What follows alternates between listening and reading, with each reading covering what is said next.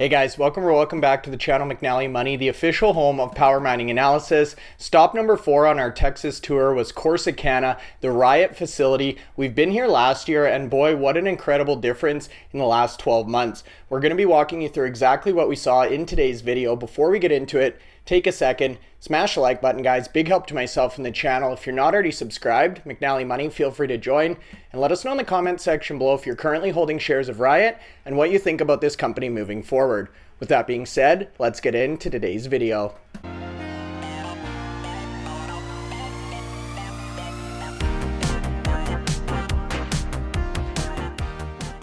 All right, guys, Thursday afternoon, stop number 4 on our facility tour down here in Texas was the Corsicana facility owned by Riot Platforms. Now, this is really a sight to be seen. We were actually fortunate to go to Corsicana last year for their investor presentation, and boy, has a lot changed, not only from the positioning and direction of the company itself, obviously now focused on HPC AI, but the site, the scale of the infrastructure, the water retention pond, the new land, there's been so many changes here over the last 12 months. Just incredible to see up close and personal.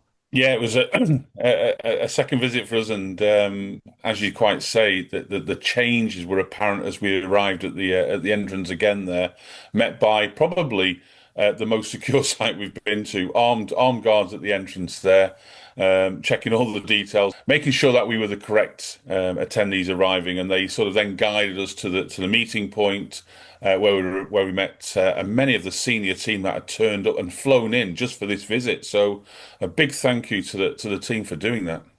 Most definitely. Yeah, you can see the staff here at Riot has really grown. They're focused on developing these data centers in-house. So unlike some of their competitors or peers in the industry, Riot has chosen not to partner with a construction counterpart and actually develop these sites on their own. And one thing I'll say, the pace of development and how far this Corsicana facility is in terms of their development cycle compared to some of these other AI HPC sites really is quite a competitive advantage for the team. Now, we went into the operations hub or the executive trailer here. We got our security clearance, our PPE on, the nice hard hats there. The second thing we noticed was they've upgraded their transportation. So last year we were going around on those side-by-sides, a little bit dusty out in the open air.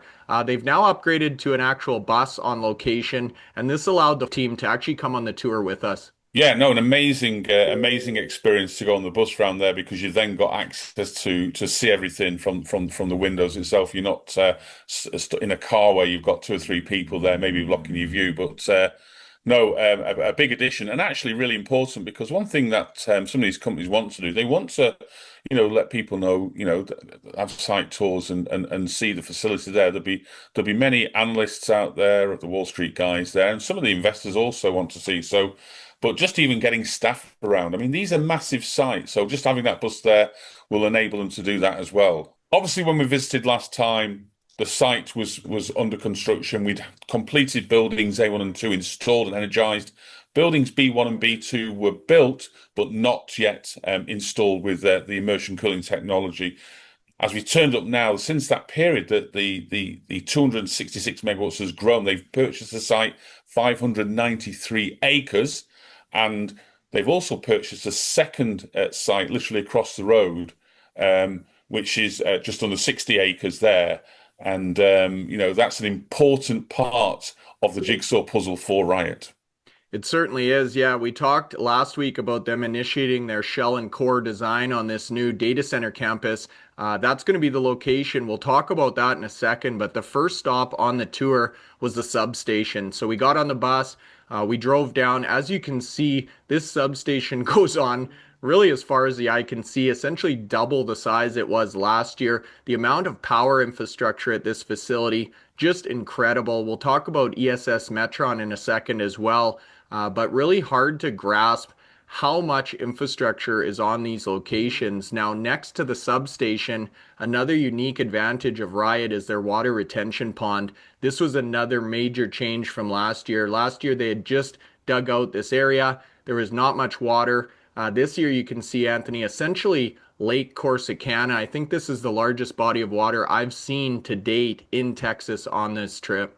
Yeah, this is a proper lake now. I mean, last year we saw it was probably maybe half as filled as what it is today, but this is hundreds of millions of gallons of water in this lake here, and that's getting topped up by the well that they have on site there, and that will remain topped up to help obviously deliver. And any rainfall that falls actually falls back into that lake. So any rainfall that occurs during the rain season there. That will fall back into the lake and maintain that level there. So significant again, one of the key aspects of having, this strategy is you've got to have, not just the fiber, not just the locality, but you've also got to have the water. You've got to have the water to obviously provide that elements to make the cooling systems work. So really important. Right, I've got all onto it there, and as you say, everything's ticking the boxes at this site at the moment. It certainly is, yeah. And we also asked Jason about tying into civil water. That is something they brought up last year on the tour. They do still have plans to connect in Q1 of next year. So that gives some redundancy. Not only do they have their on-site pond, or I should say lake, they've also got a large tank we'll talk about in a second here, and that tie into regular civil water. So the tour commenced.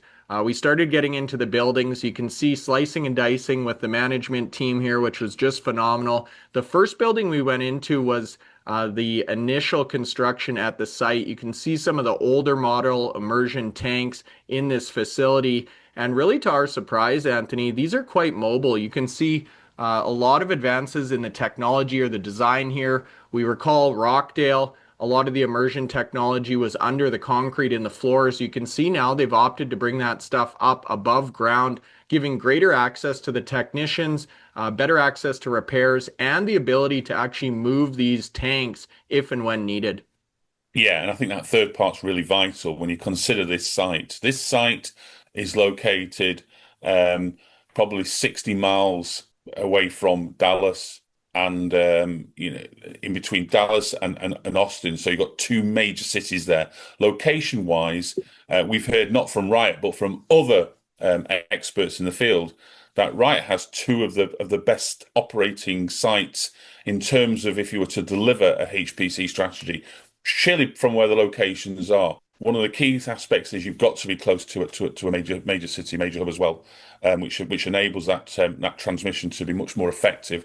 And these two sites, the Rockdale facility and Corsicana here, being located there, this flexibility for moving the mining business away from here to another location, should they require to enable literally a 1 gigawatt site becoming available for a hyperscaler or a neo cloud.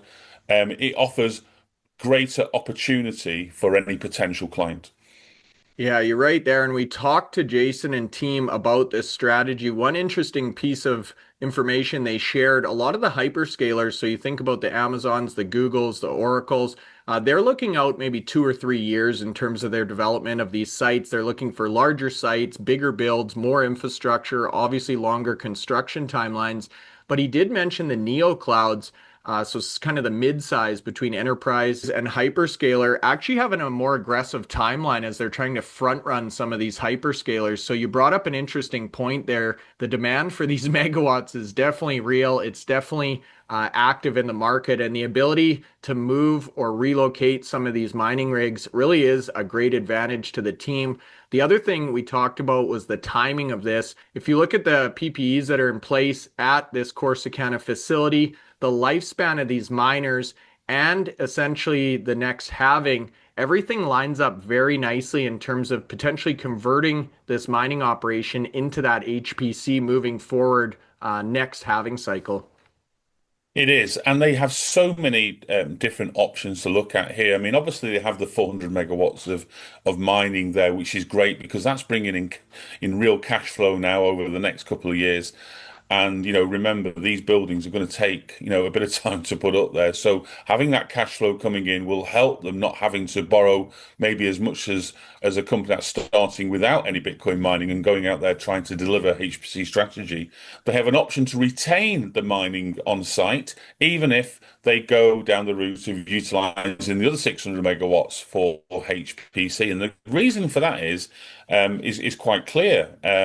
Is the fact that HPC as well as Bitcoin mining, doesn't have a maximum amount of usage 100% of the time. And so, what you do is you plan for the highest usage, and then when you're not using the amount of power for HPC, the alternative is to switch that power across to Bitcoin mining. And basically, these work in tandem, switching between each when the power becomes available or not becomes available. So therefore, giving the opportunity to achieve revenues on a 24/7, 365-day basis, because there's plenty of opportunity then. Now that is one option. Another option would be to obviously to create a 1 gigawatt site, and then have to be able to utilize that there. Remember, in the monthly tables at the moment, Riot are at the top of the league there, just ahead of CleanSpark and DMG and Hive in terms of monthly performance. So there's nothing going too wrong with their facilities at the moment.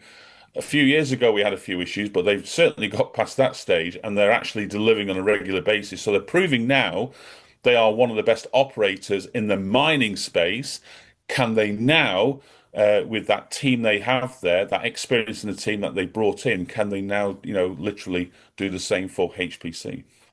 Yeah, it's a good question, and it definitely seems the analysts, the investment community, thinks they can handle this challenge. They also noted Fidelity has taken an 8% stake in the company, which is obviously a huge vote of confidence. Now, continuing along the tour, you can see these immersion tanks really do go on as far as the eye can see. The miners in the immersion fluid there, all happy, warm in their dielectric fluid. And the big thing I noticed in this facility, because it's not air cooled, you obviously don't have the intake vents on the side of the wall. Absolutely spotless. These facilities are the size of a football field, and we didn't see any dust, any garbage, any debris anywhere on site. Just incredible when you start to think these immersion tanks really prevent so many potential issues, repairs for the miners if they were to be out in the elements and sucking dust into those fans. Absolutely. And obviously it's that really good infrastructure that they've built there for buildings, A and B. Um, and you can start getting a sense really that, they can sort of replicate that type of building to meet the design that they need for HPC. You're quite right. This is probably the cleanest of the buildings that we actually went into. And bear in mind, again, on every individual tank, there is data there that tells you how every machine is operating. Yes, they'll have everything in the control center as well, so technicians in the control center. But if there's technicians in the building, and certainly in the latest building B, the technology there is even more advanced than it is in building A. They went with a different design. If there are issues in a second building, the light comes on and the technician goes straight to the ASIC and have a look at what needs to be done there and then without having to sort of like go back to control center, find out there's a problem, and then go back to the site there. And nowadays, on phones, on laptops, all the information is available as well to show you that how every machine is operating. So it's not a case of how the building's operating, it goes down to the level of every machine.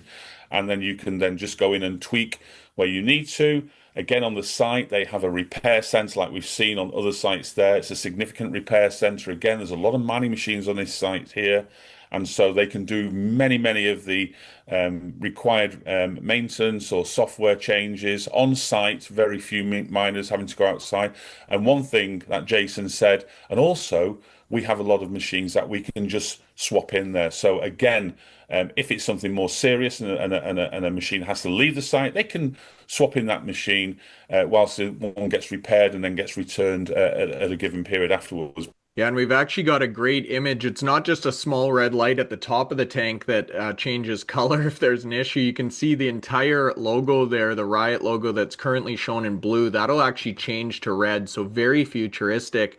Now, you can see the shot of the group here. We're fortunate to have a good cross-section of the executive team here. Another learning we had on the far right of this image, you can actually see a gentleman by the name of Michael. That's Jonathan Gibbs' brother. So they've brought in a lot of talent here. Jonathan, we've talked about in other videos. He is a highly coveted asset in the data center space and a real strong addition to the team at Riot.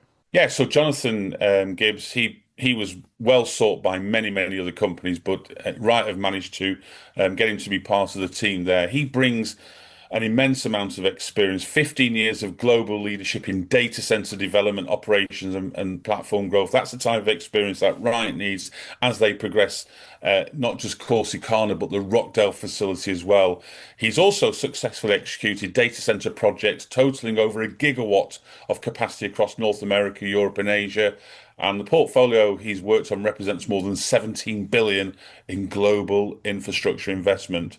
That's a key point there. And again, we continue to stress, as we've done with all these companies and the sites that we've been to up to now, it's extremely important to have the best team in place there. It's not one person delivering this, it's a team. And one thing I've noticed about Riot, they work as a team. You can see that quite clearly. They brought down many key players yesterday. Many of them have just flown in for the day and were flying back after the visit there just to make sure that they had everyone there to meet us and to answer any questions that we had. And we felt, really welcomed and, part of that great afternoon yesterday. So Jonathan brings, as I say, a lot of experience, and I'm sure having that experience there, it's not going to be too long before we hear movements at Corsicana or Rockdale in terms of landing some sort of a deal in the near future. You also have to think of all the connections and doors these kind of guys open. When you work in an industry for 15 years, obviously you're going to make connections, friends, and it becomes a lot easier to have some of those conversations or maybe break the ice. They stress throughout the day the fact that Riot is focused on building a long-term data center infrastructure company. They're not after the quick wins. They're not after the first deal that comes across their desk. This is a long-term, decades-long investment here that they're building. The substations, the buildings themselves, decades of operational life. Now, we walk through the site. You can see the dry coolers outside essentially go on as far as the eye can see. People say, how are these megawatts so expensive to build? 8, 9, $10 million on the HPC side. These are some of the costs that you have to think about: the cooling, the backup generation. There's security, as you mentioned, very tight security at the location. All of this stuff costs money. The other thing I wanted to mention, and again, a big competitive advantage of Riot, as we were walking through the location, you could see the ESS Metron logo or branding on a number of the switchgear items. Now, ESS Metron was purchased by Riot, and this is kind of a two-prong approach. Not only is it growing in terms of that business or subsidiary's revenue, providing these components or parts to other infrastructure players, but it puts Riot at the front of the line in terms of all of the switchgear that they need for their own development. It certainly does, and Riot is certainly on track to deliver that requirement there. I mean, we saw the extended substations now being built, added to what they've already got in place originally. And you can also see that they're going to start now building out this new modular build there to accommodate the high performance compute strategy there. And you've got effectively the 400 additional megawatts of power being built there. And that'll leave the remaining 200 megawatts to be completed at a future date. But this is going to be some site in the not too distant future.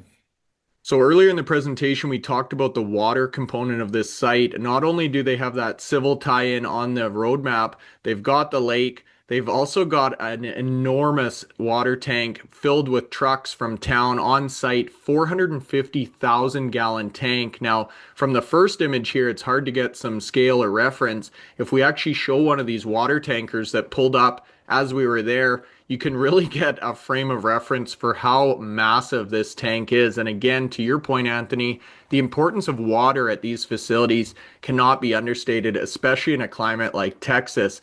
Now, the last stop on this side of the road was actually their Global Securities Operations Center. This is essentially the hub for all of Riot's sites, not just Corsicana. And again, the level of intricacy, some of the proprietary software that we saw in this security operations center, just something I haven't seen in my life before.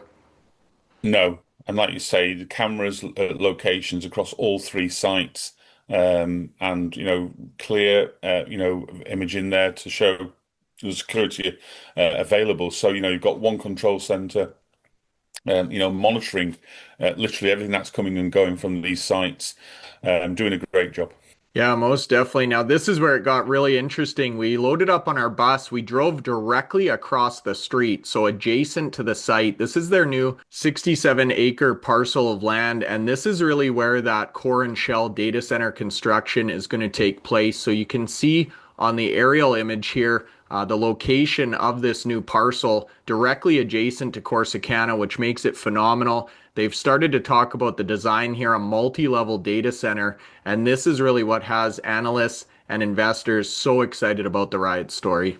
Yeah, you can see from that aerial shot there, the original site only 265 acres, but they've added two other parcels of land totaling 925 acres now, and it's really important to have that ability in that land to deliver these types of business there. The 67-acre land can't be stressed as how important that is to the company and what they're going to build in that particular area there. The plan is to actually put, six data centers at those on that particular site there across the road. Having this 1 gigawatt facility that's going to deliver billions and billions of dollars in revenue once clients have been signed. The amount that they pay for that site there will drop into as a drop in the ocean. To be honest with you, and that's the things that can happen if if people know what's happening there, the prices start rising. It's going to be a case of, do we get that piece of land or does a competitor get that piece of land because it was an intrinsic piece of land to get there and made sure they got that land. As I say, six buildings on there, 56 megawatts um, um, for each of those buildings there. And there's going to be two 84 megawatt buildings. So if you think about the stories, there's going to be six two-stories and two three-story buildings there developed at the moment now. Now this development is been put out there now, and obviously Riot must have spoken to many clients to determine that actually this is a more of a standardized build there, so that it fits with what a potential client could do. I mean, obviously, we highlighted the fact that this is very similar to the modular build that TeraWulf and Cypher have adopted for FluidStack, supported by Google. So time will tell whether we see one of those names there. But we're led to believe it's a bit more of a standardized build. So it attracts not just one client, but potentially many clients. And I get the impression, having sat down and talked to the team yesterday, they're not rushing in to sign the first client. It looks like they could have signed something by now, but they've obviously looked at what everyone else has done at the moment, and the deals are out there. Some of the deals are very transparent. Right, have a great site, have a large site there, a very attractive site located in the right location in between two major cities in Texas, and also having all those requirements to deliver a great service, having that water, having the fiber, having the location. It's tick, tick, tick. They don't have to rush out and get a deal just to please, a few shareholders to show that they're in the running there. They know what they've got. They've got a very valuable site. It can be 600 megawatts, it can be a gigawatt site. They've got plenty of flexibility. And guess what? Within 2 hours drive of Corsicana, they've got another 700 megawatt site. And that too creates significant data centers. Remember, you're talking 1 gigawatt data center. That'd be one of the biggest data centers in the world potentially. So lots of opportunity awaits Riot at Corsicana, and you can start to feel how this is going to develop once you've been to the site and see the actual space where these data centers are going to be actually built. And if they're anything like what they've done already for the 400 megawatts they're delivering in immersion cooled Bitcoin mining, then I expect them to be an extremely good product for any client to want to be part of. Yeah, you said it well there. They've got the power, they've got the land, they've got the infrastructure, and now they've got the team to deliver on that. So patience is a virtue. And again, Riot knows what they own. They know the value of this site. There just aren't a lot of these gigawatt sites available. To put that in reference, a gigawatt of power can roughly power 750,000 residential homes. So the scale, again, you guys, is something you just can't fathom. from the investor deck photos, unless you're actually on site. Now, you mentioned phase one, that's going to be starting construction in Q1 of 2026. They're hoping to be able to deliver full build to suit data centers as early as 2027. So things are developing very rapidly here. But once again, over the past 12 months, it's hard to fathom how much work has gone into this site. We greatly appreciate the team's time for walking us through the Corsicana facility for the second time. And I'm leaving this location feeling even more convicted about the Riot story. Yeah. And interesting, if you see from the slide there, phase two, if they get to build a further three 56 megawatt buildings, totaling 168 megawatts. Remember that number, 168 megawatts. We've heard that number come up many times before, but that's going to replace the existing Bitcoin mining if they go down that route there. So you can see, even in their sort of updates now, they're doing something that Cypher didn't quite do. Cypher, didn't really say they were going to replace the mining until they got the deal, and then they said, I highlighted to Tyler at that point, you had 300 megawatts at Blackpool, and they've rightly used 300 megawatts. I think that Corsicana as a 1 gigawatt site could be an ideal 1 gigawatt site for a big client for a data center, and lets the mining, continue to be used there until they get to phase two, and then the mining can be relocated. As we said, it's very portable, and then those buildings holding the Bitcoin mining can then be adapted to fit what they're trying to do in terms of those 356 megawatt buildings. So I'm sure there'll be able to be some flexibility there, what the buildings have got at the moment, and be able to adapt them so they don't have to be like pulled all the way down and rebuilt.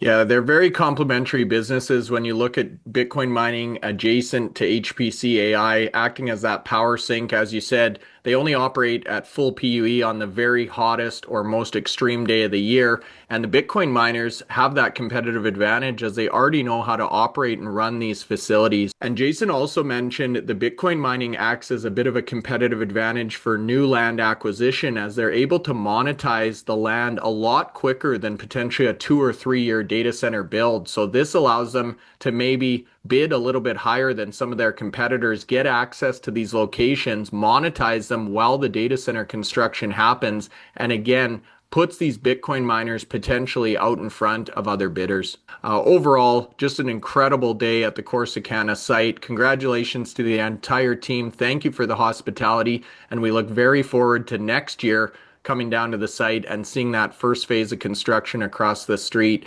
Let us know in the comments section below. How are you feeling about Riot currently? Are you holding shares? If you're still watching the video, hit the like button. Feel free to subscribe. We'll see you back here in our next video.